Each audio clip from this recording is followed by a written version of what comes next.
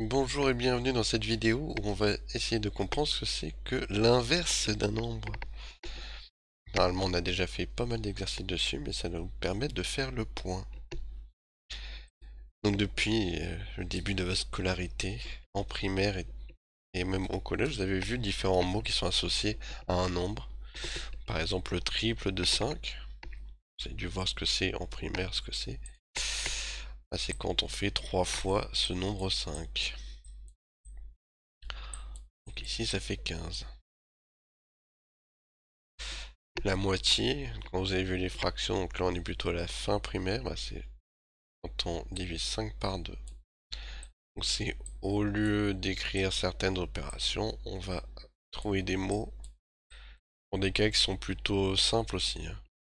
Triple c'est avec 3, moitié c'est avec 2. Et qu'on arrive avec des nombres plus grands, bon. D'ailleurs, si vous connaissez ce que c'est le mot pour, au lieu de triple, avoir x4, x5, pas pareil. Donc on en revient à la moitié, 5 divisé par 2, ça fait 2,5. Donc 2,5, on peut dire que c'est la moitié de 5. L'opposé, donc là on arrive en cinquième. L'opposé de 5, et c'est le nombre où l'on change le signe. Donc c'est moins 5. Ces deux nombres ne sont pas du tout les mêmes. Le carré qu'on a vu en quatrième, au début de l'année, c'est 5 exposant 2. Donc c'est 5 fois 5. Ici, là, je suis en train d'espérer qu'au niveau de la caméra, elle est bien en dessous. On obtient 25. Il ne nous reste plus qu'à savoir ce que ça donne au niveau de l'inverse. Donc maintenant, on va en arriver à la définition de notre inverse. Ici, par exemple, l'inverse de 5. 5 fois quelque chose égale 1. Alors pourquoi 1? Parce que c'est un nombre qui est important pour la multiplication, vu que c'est le nombre qui ne change pas. Quand on multiplie par 1, ça ne change pas l'autre nombre de la multiplication. 5 fois 1, ça donne 5. 1 million fois 1, ça donne 1 million, ça ne change pas. C'est pour ça que c'est un nombre très important. Et ça a plein d'autres applications. Alors ici, pour trouver ce nombre manquant, la solution de l'équation, on va dire ça, donc le nombre manquant dans l'opération à trou, vous avez vu des choses en sixième. Quand on a une multiplication à trou, il y a une opération qui a été inventée pour ça. C'est la division. Donc le résultat, le produit 1 divisé par le facteur 5 donne 1 divisé par 5. Et là on peut taper la calculatrice, nous donne 0,2. 2 dixièmes. Mais vous avez sûrement vu autre chose aussi quand vous étiez en sixième, c'est que le nombre manquant dans ce genre de multiplication est aussi une fraction 1 divisé par 5 ou 1 cinquième.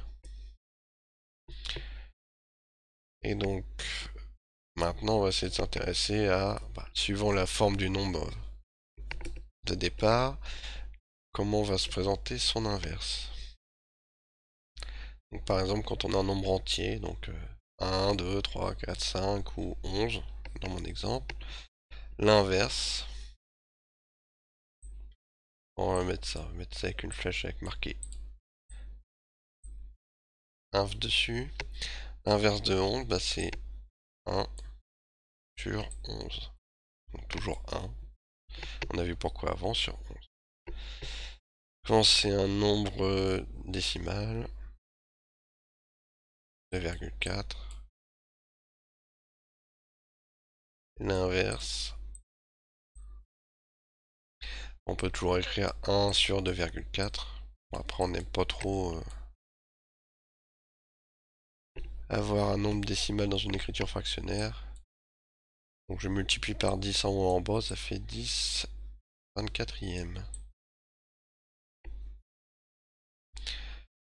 Mais surtout, ce qui va nous intéresser pour faire la division, c'est l'inverse d'une fraction. 5/4, ça va être quoi son inverse? Et ça, ben on va le voir tout de suite. Et on se retrouve pour essayer de trouver l'inverse de 5/4. Donc ça déjà, ça vient de l'écriture de 1 sous la forme d'une fraction. Vous l'avez vu plusieurs fois, c'est quand les numérateurs et le dénominateur sont identiques. De demi, dixième, etc., etc. Donc là, notre but, c'est de transformer 1 en une fraction avec le même numérateur, le même dénominateur. Alors pour trouver ça, il faut regarder les nombres que l'on a au départ. On a 5 et on a 4. Donc on va devoir multiplier. Je rappelle, la multiplication, c'est qu'on multiplie les dénominateurs ensemble et les numérateurs ensemble pour obtenir la fraction d'arrivée. Et donc, il va falloir trouver un nombre qui est en même temps dans la table de 4 et dans la table de 5. Bah, c'est assez facile, on fait 4 fois 5, 20. Donc si on arrive à trouver la fraction qui nous donne 20 vingtièmes, ça devrait être facile. Donc une fraction, ça c'est le plus facile. Et en quelle couleur on va le mettre? Un peu. Et donc 5 fois combien égale 20? Bah c'est 5 fois 4. Oh, c'est bizarre, c'est le nombre du bas. Et 4 fois combien égale 20? Bah c'est 5. 4 fois 5. Ce qui fait que quand on regarde nos deux inverses, donc 5/4, 4 cinquièmes sont deux fractions inverses, bah c'est assez facile de voir comment on trouve l'inverse d'une fraction. Et donc juste pour voir si vous avez bien compris, l'inverse de 5/4, ça va être donc, on va inverser le numérateur et le dénominateur. Le 5 qui est au numérateur arrive au dénominateur, le 4 qui est au dénominateur arrive au numérateur. Et pour voir si vous avez vraiment bien compris, faire cet exemple, 7 treizième, alors, quel est son inverse?